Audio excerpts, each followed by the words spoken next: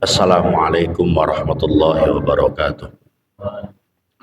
Bismillahirrahmanirrahim. Alhamdulillahirabbil alamin. Wassalatu wassalamu ala sayyidil mursalin sayyidina wa maulana Muhammadin wa ala alihi wa sahbihi ajma'in. Inna ahsanal hadis kitabullah wa hadi Muhammadin Rasulillah.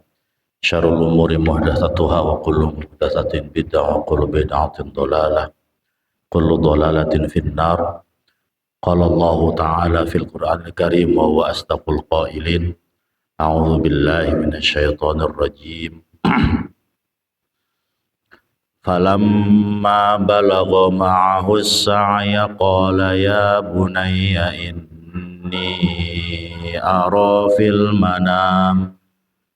manami anni azbahuka fanzur madza tara. Qala ya abati if'al ma tu'mar satajiduni insya'allahu minas sabirin. Falamma aslama wa tallahu lil jabin wa nadainahu an ya Ibrahim qad saddaqtar ru'ya inna kadzalika najzil muhsinin. Inna hadza lahuwal bala'ul mubin wa fadainahu bidzibhin 'azim wa tarakna 'alaihi fil akhirin. Salamun 'ala Ibrahim kadzalika najzil muhsinin. Innahu min ibadinal mu'minin.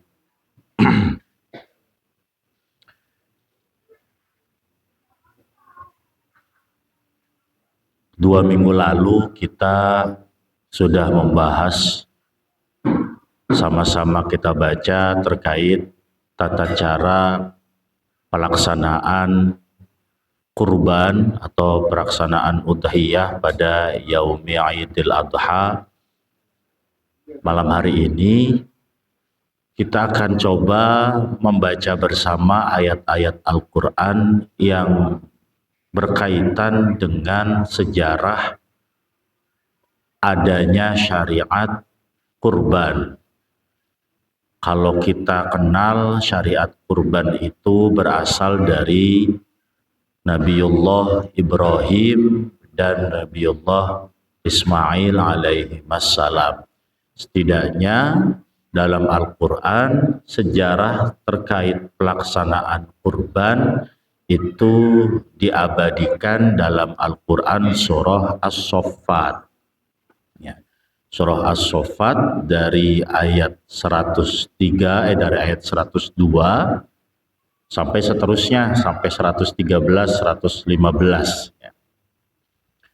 Bismillahirrahmanirrahim. Falamma balagha ma'ahu sa'ya, maka tatkalane tumeka sapa Ismail ma'ahu sertane Ibrahim as-sa'ya ing usia sa'i.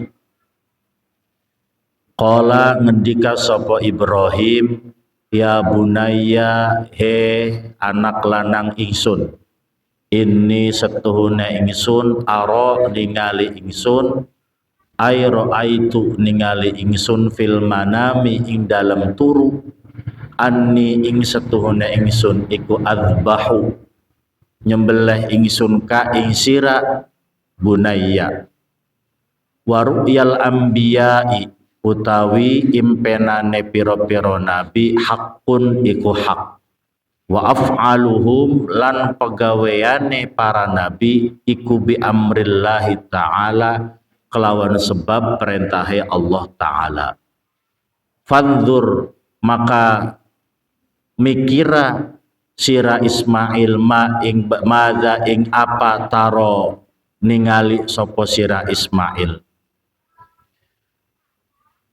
Qala ngendika sapa Ismail, ya abadi, wahai wahai bapak ingsun, if'al lakonana ma ing barang tukmar kang den perintah sopo panjenengan bapak, satajiduni maka bakal nemu sopo panjenengan bapak ni ing ingsun insyaallahu lamun karep sopo Allah minas sabirina ingsun iku termasuk wong kang sabar. Diceritakan saat anak Ibrahim berusia sa'i. Sa'i itu apa? Lari-lari kecil ya. Sa'i itu apa? Lari-lari kecil. Sa'i, lari-lari kecil ya. Saat anak Nabi Ibrahim alaihissalam sudah bisa sa'i. Artinya udah bisa lari-lari kecil. Satu pendapat dikatakan sab'u sinina, satu pendapat salatu asyrota sanatan, 13 tahun. Pendapat satu lagi mengatakan 7 tahun. Jadi ada yang mengatakan bahwa Nabi Ibrahim menyembelih putranya saat putranya berusia 7 tahun. Ada yang mengatakan Nabi Ibrahim menyembelih putranya saat putranya berusia 13 tahun. Kok saya tidak menyebutkan Ismail atau Ishak? Karena di Al-Qur'annya juga tidak tertulis secara jelas apakah yang disembelihnya itu Ishak atau yang disembelihnya itu Ismail. Yang masyhur di kita bahwa Nabi Ibrahim itu menyembelihnya Ismail. Padahal pendapat ulama juga berbeda terkait ini.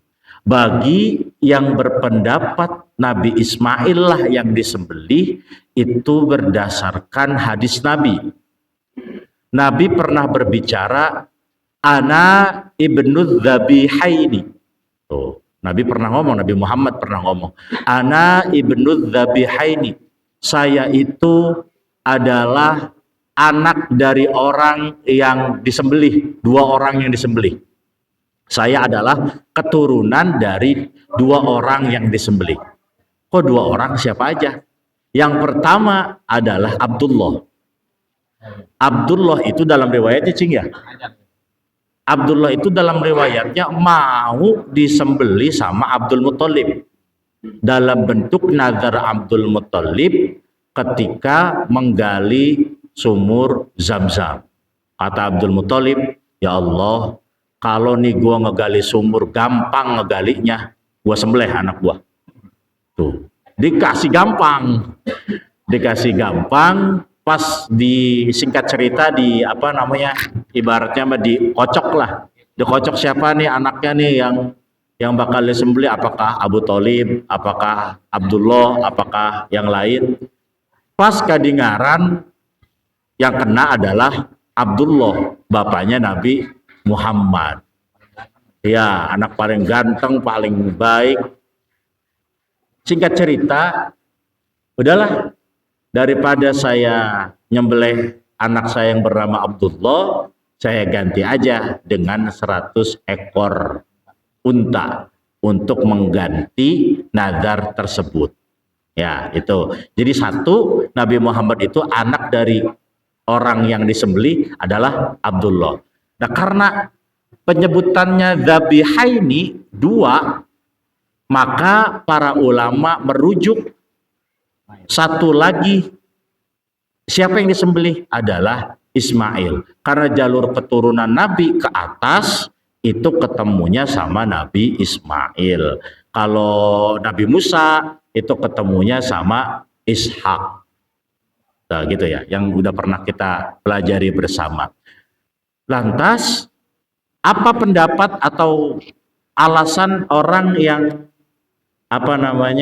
mengatakan bahwa Nabi Ishak yang disembelih bukan Nabi Ismail? Pertama, satu riwayat mengatakan bahwa Nabi Ishak itu disembelih karena Nabi Ibrahim dalam melakukan proses penyembelihan di Syam, bukan di Mina. Kalau kita mengatakan di Mina, berarti kalau Mina yang disembelih adalah Ismail.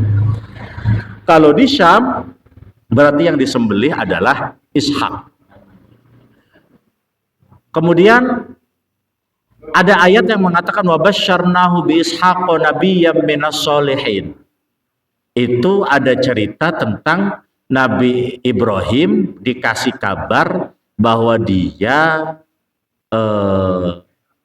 akan dikaruniai seorang anak namanya Ishak, dan Ishak itu adalah orang soleh. Yang menguatkan bahwa yang disembelih itu adalah Nabi Ishak, ada surat Nabi Yakub kepada Nabi Yusuf. Surat Nabi Yakub kepada Nabi Yusuf isinya begini: min Yaquba Israila Nabiyillahi ibni Ishaq Zabihullah. Tuh, Nabi Yakub menyebutkan Nabi Ishak dengan sebutan Zabihillah. Artinya sembelihannya Allah. Nah, itu yang menjadikan perbedaan di kalangan ulama siapa yang sebenarnya disembelih, Ismail atau Ishak. Maka kedua pendapat tersebut sama-sama punya rujukan dalil. Mana yang dibetulkan, mana yang paling kuat, wallahu a'lam. Karena dalam Al-Quran juga tidak disebutkan secara eksplisit, secara jelas enggak. Tapi bentuknya semuanya domir semuanya. Kalau domir ya entah itu kembalinya apakah ke Ishak atau ke Ismail. Tapi karena Nabi kita, Nabi Muhammad itu keturunan Nabi Ismail, maka kita lebih condong untuk menguatkan bahwa yang disembelihnya adalah Nabi Ismail alaihissalam. Kalau mau yang lebih masuk akal, Nabi Ishak. Kenapa? Karena Nabi Ismail mah nggak nunggu lama. Nabi Ismail itu punya ibu namanya Hajar ya, Cing. Nggak nunggu lama dia mah. Tapi kalau Sarah, kan nunggu hamilnya Sarah tuh lama sekali sampai hampir putus asa. Kayak nggak bakal punya anak. Ternyata fabasyarnahu bi Ishaq nabiyyam minas solihin. Jadi kalau secara kecintaan itu ke siapa lebih cintanya? Yang udah ditunggu lama-lama atau yang baru lahir, atau yang gampang lahirnya? Maka itu yang memperkuat pendapat bahwa yang disembelihnya adalah Nabi Ishak. Siapapun yang disembelih, baik Ishak maupun Ismail, kita hanya wajib meyakini bahwa cerita penyembelihan Nabi Ibrahim terhadap putranya itu benar adanya, karena tertera dalam Al-Quran. Urusan Ishak atau Ismail kita serahkan kepada pakar sejarah. Ya, gimana mereka menyimpulkan. Ketika putra Ibrahim, sebut saja Ismail, sudah bisa sa'i, lari-lari kecil, lagi lucu-lucunya. Kalau kita punya anak baru bisa jalan doang, baru bisa lari doang, itu lagi lucu-lucunya. Mau minta apa juga diturutin. Tapi kalau anak udah usia 20 tahun pun rada kesel lah ya, biasanya ngeliatnya main lagi mau main. Tapi kalau usia 5 tahun 6 tahun kan lagi lucu-lucunya. Di saat lagi masa sa'ya, Nabi Ibrahim berkata kepada putranya, ya bunayya inni aro fil manami anni azbahuk. Tong, sini tong. Semalam baba ngimpi. Di mimpi tersebut bapak nyembelih lu gue sembelih. Tuh, gitu. Kalau kita jadi anak ya, udah emosi kayaknya. Kalau kita jadi anak ya, bapak sih benci sama saya. Tapi jawaban Ismail nanti berbeda. Setelah itu Ibrahim berkata kepada putranya, fanzur madza taro. Menurut entong gimana? Enggak maksa. Ibrahim enggak maksa. Mengatakan fanzur madza taro. Menurut entong gimana? Menurut engkau Ismail gimana ini ketika aku diperintahkan untuk menyembelihmu? Jadi itu pertanyaan diplomatis, pertanyaan demokratis. Walaupun itu perintah Tuhan, tapi Nabi Ibrahim itu memberikan apa namanya ruang kepada Ismail untuk berpikir terlebih dahulu atas apa yang telah ada pada mimpi Ibrahim. Makanya di sini dijelaskan oleh Imam Jalaluddin, waru'yal anbiya'i haqqun. Ngimpinya para nabi hak, nggak mungkin salah. Kalau ngimpinya kita, tiba-tiba kita ngimpi suruh nyembelih anak kita disembelih, itu mah kudu sholat istikhara dulu, taubat dulu, bener tak kagak ini ngimpi kita nih gitu. Tapi kalau ru'yal anbiya hak, pasti bener. Dan apa yang dilakukan para nabi itu sesuai dengan perintah Allah, tidak mungkin salah. Ya. Lantas saat Nabi Ibrahim berkata itu, gimana tong pendapatnya? Ismail nggak mikir nggak? Nabi Ismail nggak ngelamun dulu, kemudian tongkrong-tongkrong cerita ke teman-temannya, nggak. Langsung menjawab, ya abatif alma tukbar. Kata Ismail, bapakku, wahai bapak, pak, if alma tukmar. Lakukan saja apa yang telah diperintahkan kepada engkau. Kemudian satajiduni insyaallahu minas sabirin. Nanti bapak bakal menemukan saya bagian dari orang-orang yang sabar. Tuh, anaknya ngomong begitu. Udah pak, kalau emang mimpinya begitu mah dari Allah mah udah pasti benar, udah lakuin aja. Pasti bapak bakal menemukan aku, menemukan saya bagian dari orang-orang yang sabar, insya Allah. Kalau anaknya Ibrahimnya kita, enggak, kabur kayaknya. Itulah kenapa Nabi Ismail dan Nabi Ibrahim itu paketan keimanannya. Luar biasa kepercayaannya kepada perintah Allah tuh. Sampai-sampai karena sampai besar menemani Ibrahim terus, Ismail itu menjadi teman sekaligus anak putra sekaligus apa ya, partner kerja, bahkan saat membangun Baitullah. Tong kita disuruh Allah suruh bangun ini Ka'bah, bangun tong, siapa tong yang beli semennya, yang bawain pasirnya, yang bawain adukannya, bawain semuanya sama Ismail. Pas rada tinggi, bapaknya kagak nyampe, masang bata lagi di atas Ka'bah, yang atas gak nyampe lagi.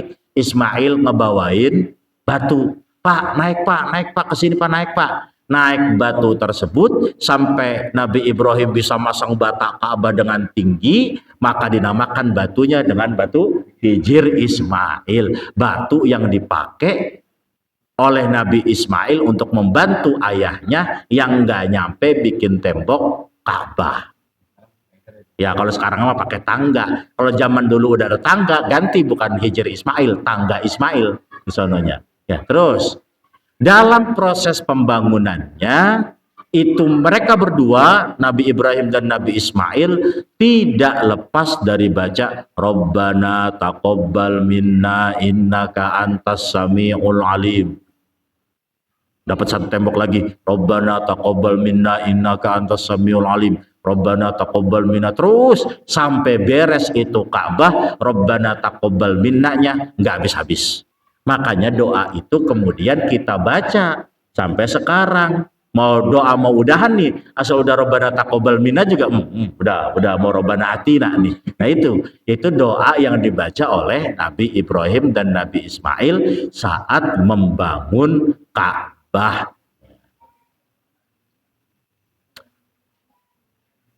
Kok bisa-bisanya Tuhan atau Allah memerintahkan manusia selaku hambanya untuk mempersembahkan nyawa sebagai bentuk kecintaan kepada Allah? Apakah seperti itu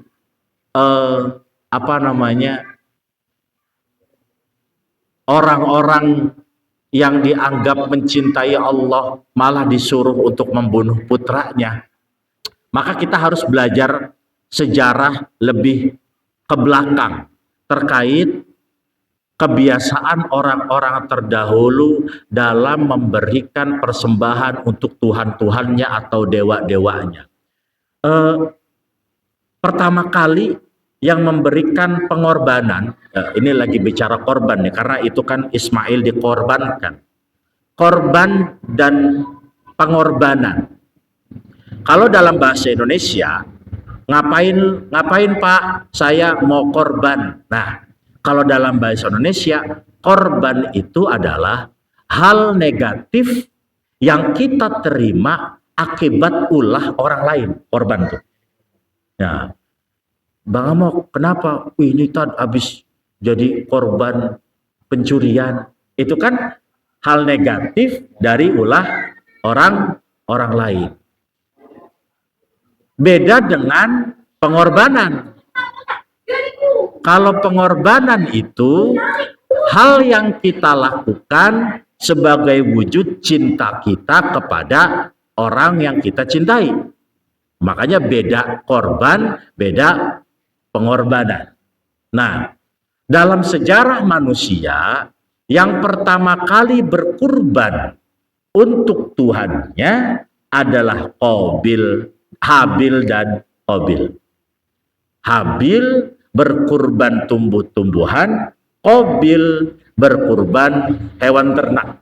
Itu Habil dan Qabil putranya Nabi Adam alaihissalam.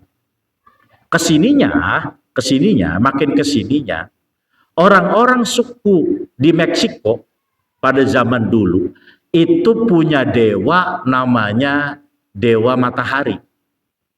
Mereka anggap matahari itu adalah sebagai Tuhan. Maka orang-orang Meksiko pada waktu dulu memberikan sesembahan berupa jantung dan darah manusia.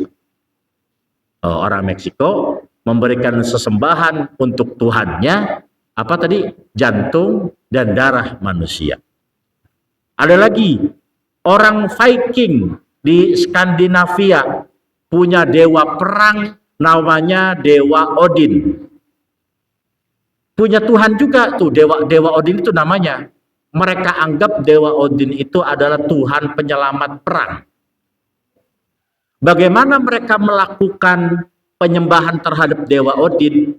Orang Viking dari Skandinavia itu akan mencari orang-orang yang paling soleh. Siapa nih ustadznya yang paling soleh, yang paling rajin ngaji ini? Itu ustadz yang paling soleh, yang paling rajin ngaji, diikat di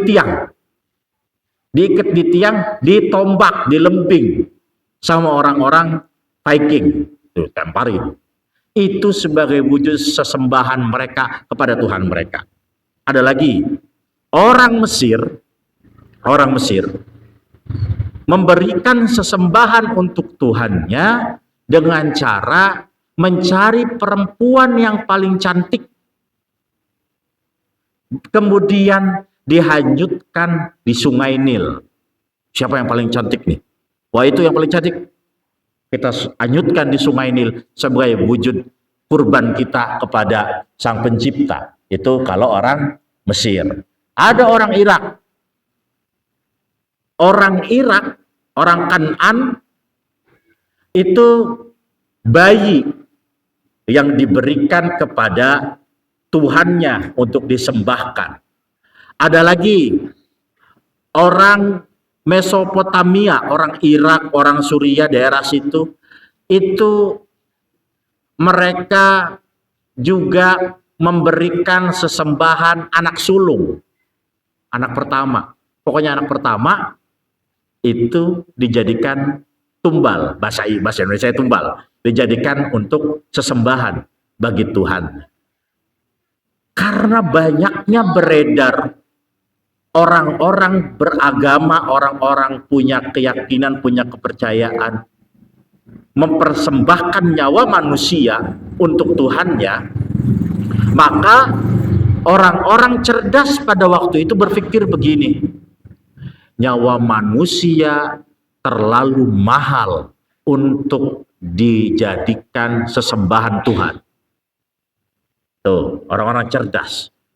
Datang Nabi Ibrahim, datang Nabi Ismail, Allah malah nyuruh sembelih Ismail. Tuh. Jadi bagi Allah itu tidak ada yang mahal, enggak ada. Kalau Allah perintahkan, maka tidak ada yang bisa mencegah. Udah Ibrahim, nurut aja. Itu untuk menangkal pemikiran orang-orang cerdas bahwa manusia tidak layak dipersembahkan untuk menjadi persembahan Tuhan. Tapi Allah, udah Ismail, sembelih Ibrahim, jangan nurutin mereka. Tapi Allah tuh cinta terhadap manusia. Makanya disembelih enggak? Enggak disembelih. Ganti. Itu untuk memperkuat iman Nabi Ibrahim bahwa kalau sudah aku yang memerintahkan, kata Allah, turutin aja. Udah jangan dengar kata orang lain. Agama Islam tuh terlalu banyak pengeluaran. Ntar zakat fitrah, ntar zakat mal, pemborosan. Kalau kata Allah yang sudah berfirman, nurut sudah semuanya. Nggak ada hitung-hitungan orang cerdas. Semuanya harus kembali kepada peraturan Allah Subhanahu wa Ta'ala. Maka dalam pengorbanan apapun nanti yang Allah perintahkan kepada kita untuk kita korbankan, maka lakukanlah. Karena terkadang hidup itu memang wajib untuk berkorban. Ada orang sedang buru-buru berangkat ke tempat kerja. Satu orang lagi sedang buru-buru mengantarkan anaknya ke sekolah. Satu orang lagi sedang buru-buru mau ke pasar belanja. Ketiganya ini bertemu dalam satu persimpangan. Maka di persimpangan tersebut dimunculkan adanya lampu merah. Lampu merah menyala pas kedapatan orang yang berangkat kerja. Maka siapa yang mengorbankan waktunya? Orang yang berangkat kerja. Minimal waktunya dikorbankan 60 detik. Kalau pas lampu merahnya ada di orang yang mau menganterin anaknya, maka yang mengorbankan waktunya adalah yang punya anak tadi. Yang mau belanja ke pasar, yang mengorbankan waktunya, yang mau belanja ke pasar. Justru kita itu harus berkorban dalam status itu tuh. Mengorbankan waktu kita untuk mencapai tujuan yang lebih baik. Coba, kalau ketiganya tidak mau mengorbankan waktunya, apa yang terjadi? Malah makin macet, bertubruk-tubrukan, bisa jadi kecelakaan. Kenapa di Jalan Sulang, kalau pagi jam 6 sampai setengah 7, itu macetnya luar biasa? Karena nggak ada yang mau berkorban. Semuanya sekan-sekan, akhirnya apa? Macet semuanya. Nggak ada yang mau ngalah. Macet semuanya. Yang kudunya cuma nunggu 5 menit doang gantian, harus nunggu setengah jam. Yang benar melakukan perjalanannya ke arah sana, yang harusnya didahulukan, akan kalah dengan orang yang rada ngotot sedikit, nyerobot dengan alasan saya buru-buru. Itu karena tidak mau berkorban. Maka dari situlah kita bisa simpulkan kenapa Allah membuat aturan. Coba kalau nggak ada aturan, coba negara kagak ada lampu merahnya. Nah, lampu merah udah acak-acakan. Ada lampu merah aja orang Indonesia mah ditubruk-tubruk aja. Apalagi nggak ada aturan, apalagi nggak ada lampu merah. Ya, makanya dari situ kita bisa belajar bahwa pada saatnya memang kita harus berkorban untuk bisa mencapai sebuah tujuan yang lebih baik, yang lebih mulus, yang lebih lancar. Kalau nggak mau berkorban, siap-siap saja kita akan menemukan hadangan yang justru hadangan itu lebih memperlambat kita untuk mencapai sebuah tujuan. Nah ini kenapa harus berkorban. Nanti kaitannya sama korban yang kita akan lakukan pada tanggal 10 Zulhijjah, hari Jumat. Di sini hari Jumat, Cing. Kali mau hari Sabtu diasyakirin mah hari Jumat ya, tetap. Lantas Allah lanjutkan, falamma aslama watalahu lil jabin. Ketika keduanya sudah menyerahkan diri, oke, tong setuju, setuju Pak, udah nggak apa-apa sembelih aja kalau emang itu perintah Allah, lakukan. Maka watallahu lil jabin, Nabi Ibrahim menjatuhkan, memiringkan putranya, menempelkan pelipisnya ke tanah, pelipisnya ditempelkan ke tanah, udah siap-siap buat disembelih. Kemudian kalau ceritanya Imam Jalaluddin begini, wa ammarosikina ala halqihi falam ta'mal syai'an bimani'in minal qudratil ilahiyati. Kata Imam Jalaluddin, itu leher Ismail digorok-gorok kagak mempan. Asrak kagak mempan ini, digoroknya ini. Bimani'in minal qudratil ilahiyah, ada kudratnya Allah Subhanahu wa ta'ala. Maka gara-gara tidak tandes-tandes itu golok, itu pisau ke lehernya Ismail, wa nadainahu ayya Ibrahim, Allah memanggil Ibrahim, hei Ibrahim, nggak tandes-tandes ya lu ya, nggak mempan-mempan ya. Qad saddaqtar ru'ya inna kadzalika najzil muhsinin. Engkau Ibrahim sudah meyakini bahwa mimpimu adalah kebenaran. Maka seperti itulah balasan orang-orang yang berbuat baik. Emang begitu Ibrahim. Kalau orang benar-benar ikhlas mah nggak bakal terjadi apa-apa. Wakadzalika najzil muhsinin. Seperti siapa yang dibakar Nabi Ibrahim juga ya, Cing?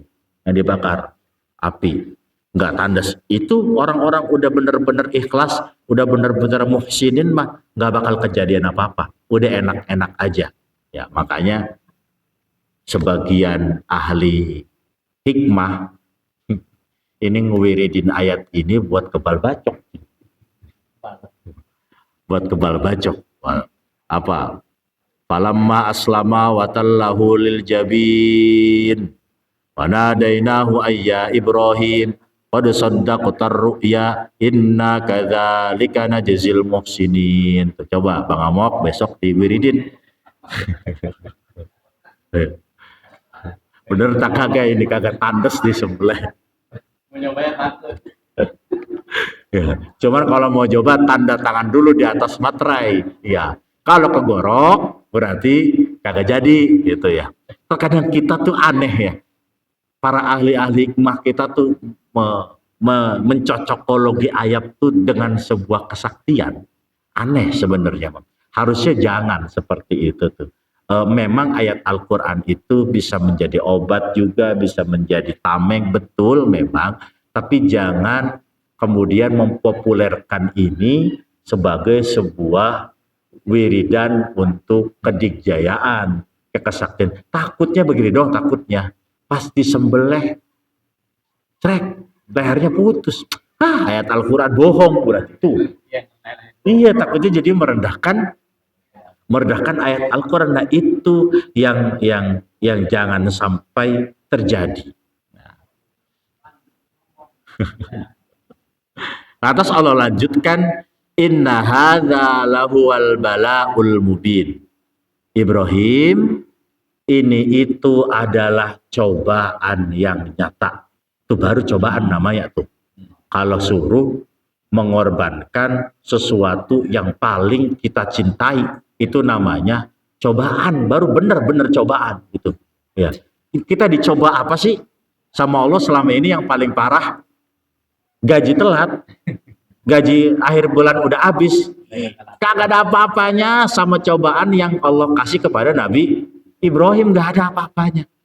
Nabi Ibrahim anaknya lagi sedang lucu-lucunya, udah lama nunggunya gara-gara Sarah nggak kunjung hamil, punya istri lagi namanya Hajar, baru punya anak doang, ditinggal lagi. Kan dalam ceritanya Nabi Ismail ditinggal di Mekah di sebuah lembah. Kemudian Nabi Ismail nginjek-nginjek tanah, keluarlah Zam-Zam.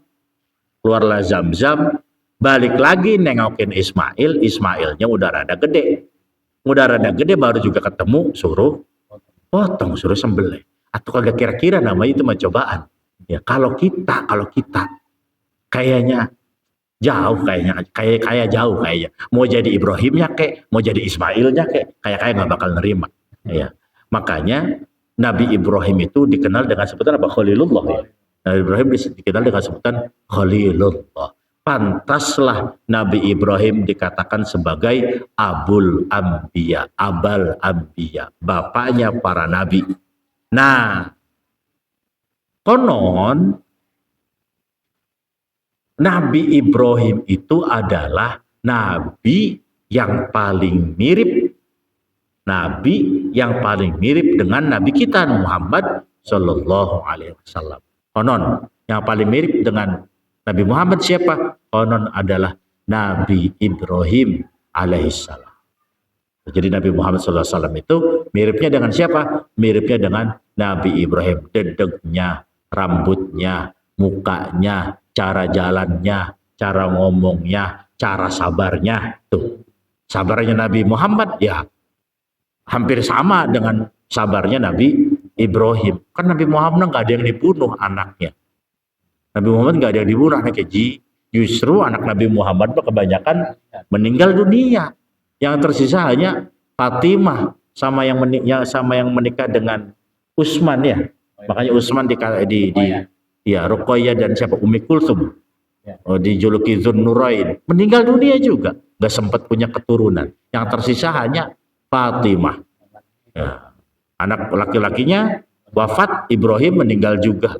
Jadi kesabarannya Nabi Muhammad mengikuti kesabaran kakek moyangnya Nabi Ibrahim alaihissalam. Nabi Muhammad juga dihina, dimaki, dicaci, dilemparin kotoran, cuman kagak dibakar doang. Nabi Muhammad tuh kagak sempat dibakar karena zamannya berbeda. Cara penyerangan terhadap Nabi di saat Ibrahim hidup dan di saat Nabi Muhammad hidup itu cara mengkanter musuhnya beda. Kalau Nabi Muhammad ya caranya ya diperangin. Nabi Muhammad kurang sabar apa? 13 tahun di Mekah dihina, dimaki, kemudian pindah ke Madinah tetap diperangin. Sama sabarnya, bahkan melebihi sabarnya Nabi Ibrahim alaihis salam. Cocok. Makanya genetika Nabi Ibrahim turun ke Nabi Muhammad Sallallahu Alaihi Wasallam. Beda sama kasusnya Nabi Musa. Nabi Musa kalau bahasa kita mah rada pogal, rada streng dia. Gimana Musa? Ini kaum kamu kita kita kasih ajabnya apa? Udah geledegin aja biar pada modar semuanya. Ya. Maksudnya ya Nabi Musa mah rada temperamental lah. Caranya memang keras dia mah. Gitu. Memang harus ada nabi-nabi yang lembut, nabi-nabi yang rada strength juga. Kalau lemes semua ya antaranya nggak punya power. Maka Allah lanjutkan wa fadainahu bidzibhin azim. Wa fadainahu bidzibhin azim. Dan kami fidyahkan, kami gantikan dengan sembelihan yang besar. Disitulah Nabi Ismail suruh diganti, udah ganti aja pakai domba.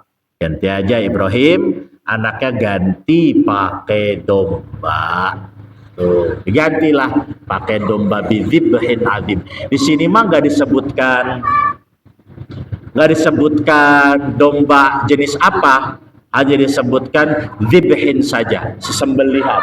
Ya. Karena Allah pun menyebutkan dalam Al-Qur'annya secara umum dengan sebutan dzibhin, sembelihan, maka dari situlah kita itu dibolehkan dalam berkurban bukan hanya kambing laki-laki maupun perempuan, boleh juga unta, boleh juga sapi, boleh juga kerbau, yang dalam bahasa Arab sering disimpulkan dengan kata al-budn. Al-budna, hewan besar yang memakan tumbuhan atau herbivora. Jadi tidak ada yang lebih utama antara kambing dan sapi. Ini yang harus diluruskan. Lebih utama kambing daripada sapi. Pokoknya mah kambing. Nabi Muhammad juga kambing kok nyembelihnya. Dia tidak tahu ada cerita lagi. Para sahabat juga pernah menyembelih 1 ekor sapi untuk 7 orang. Ya, jadi mana yang lebih utama, kambing atau sapi? Kambing. Kalau kambingnya gede. Ya. Lebih utama mana, sapi atau kambing? Sapi kalau sapinya gede. Kambing satunya 3 juta, sapi satunya 15 juta, berarti lebih utama kambing. Karena kalau kali 7, 21 juta. Ya. Kalau sapinya 30 juta, kambingnya 3 juta, ya lebih utama sapi. Al-ajru itu biqadri ta'ab. Pahala itu kadarnya dihitung dari tingkat kesulitan. Ya yang paling mahal yaitu yang pahalanya lebih besar. Bukan kambingnya, bukan masalah sapinya. Nah, jadi al-ajr biqadri ta'ab itu untuk mengkanter saudara-saudara kita yang enggak mau kurban sapi, Cing. Itu ditemukan, Cing, kalau di sono, di tempat saya yang lain. Enggak mau, kekeh pengennya kambing aja, kambing. Saya mah pokoknya kambing aja, enggak mau sapi. Ada gitu ya. Padahal mau kambing mau sapi yang penting kurban. Jangan nggak kurban udah nyiapin tusuk sate dari bulan Syawal. Udah beli tusuk sate dari bulan Syawal sama arangnya. Buat kapan? Buat korban. Itu mah namanya tomak ya gitu ya. Jadi di sini Allah sedang memperlihatkan sifat Allah yang membuktikan bahwa Allah itu mencintai umat manusia. Makanya Allah ganti Ismail dengan bidzibhin azim, dengan sembelihan yang besar. Ini menjadi tolak ukur kita ketika nyembelih kurban. Jangan nyembelih kurban hewannya padu ya padu. Yang penting ada jangan. Harus yang Allah gantikan juga sebagaimana ganti Nabi Ismail alaihis salam. Kalau kakinya pincang, mohon maaf matanya buta, mohon maaf kupingnya nggak ada, ya jangan. Namanya kita sedang menghina Nabi Ismail alaihis salam. Wa tarokna alaihi fil akhirin. Maka cerita Nabi Ibrahim tentang semua kebaikannya itu akan terus bertahan sampai akhir. Bahwa Nabi Ibrahim alaihissalam adalah orang yang benar-benar sabar, orang yang benar-benar baik. Dan Allah katakan salamun ala Ibrahim. Keselamatan dari kami, kata Allah, ala Ibrahim, bagi Nabi Ibrahim. Makanya kita punya sholawat, namanya sholawat Ibrahimiyah. Kama sholaita ala Ibrahim wa ala ali Ibrahim. Kenapa? Yang lain mah nggak disebut, Nabi Musa mah nggak disebut. Kenapa? Karena memang Allah katakan salamun ala Ibrahim. Ya, itu sejarah kenapa adanya udhiyah atau kurban yang kemudian menjadi syariat umat muslim dilakukan pada bulan Dzulhijjah tanggal 10 sampai dengan tanggal 13 waktunya la budda harus setelah selesai sholat Idul Adha. Kalau belum sholat Idul Adha udah disembelih, nggak sah. Ya, sekira-kira sholat 2 rakaat. Ya, naik matahari, sekira-kira sholat 2 rakaat, ada khutbahnya sedikit, baru boleh nyembelih. Kalau nyembelihnya subuh-subuh, belum nongol matahari, maka sembelihannya jadi sembelihan biasa, tidak menjadi sembelihan kurban. Pahala dapat nggak dapat kalau dibagiin mah, tapi enggak seperti besarnya pahala kurban kita. Kemudian di kitab I'anah itu ada pendapat bahwa sebaiknya kurban itu jangan dialihkan untuk kampung lain. Maksudnya begini, kita mah diem di sini nih, diem di Asyakirin, kurbannya di Papua. Nah, di sana kurbannya di Papua. Iya, iya. Cang Haji kurban di mana? Kata gua mah di Papua kurbannya. Iya. Menurut sebagian ulama itu tuh tidak dianjurkan. Di mana dia hidup, di situ dia kurban. Karena kalau lu mati, kan yang ngegotong tetangganya, bukan orang belah sono. Gitu ya. Jadi itu. Walaupun sebagian ulama lain mengatakan sah. Bahkan di situ diceritakan gara-gara ada kebiasaan orang Jawa, orang kita, orang Indonesia, yang kadang-kadang kalau berangkat ke sana, haji, itu pada kurbannya di sono, di Mekah, atau orang-orang pekerja kita pada kurbannya di sono, di Mekah. Jadi dikatakan juga sok nggak apa-apa, tapi balik lagi al-khuruj minal khilaf mustahabun. Kalau bisa mah kurban ya udah di kampung sendiri aja. Ya walau bagaimanapun itu tetangga kita, saudara kita, ntar kalau ada apa-apa kita dibantuin sama mereka. Ya, itu cerita dan sedikit tambahan tentang kurban. Mudah-mudahan kurban di sini di Mushola Syakirin ini betul-betul dalam rangka menuju ketakwaan kepada Allah, agar nanti mendapatkan pahalanya maksimal dan masuk ke dalam bagian umat Rasulullah yang mengikuti millata Ibrahim Hanifa. Kadzalika najzil muhsinin. Shadaqallahul adzim.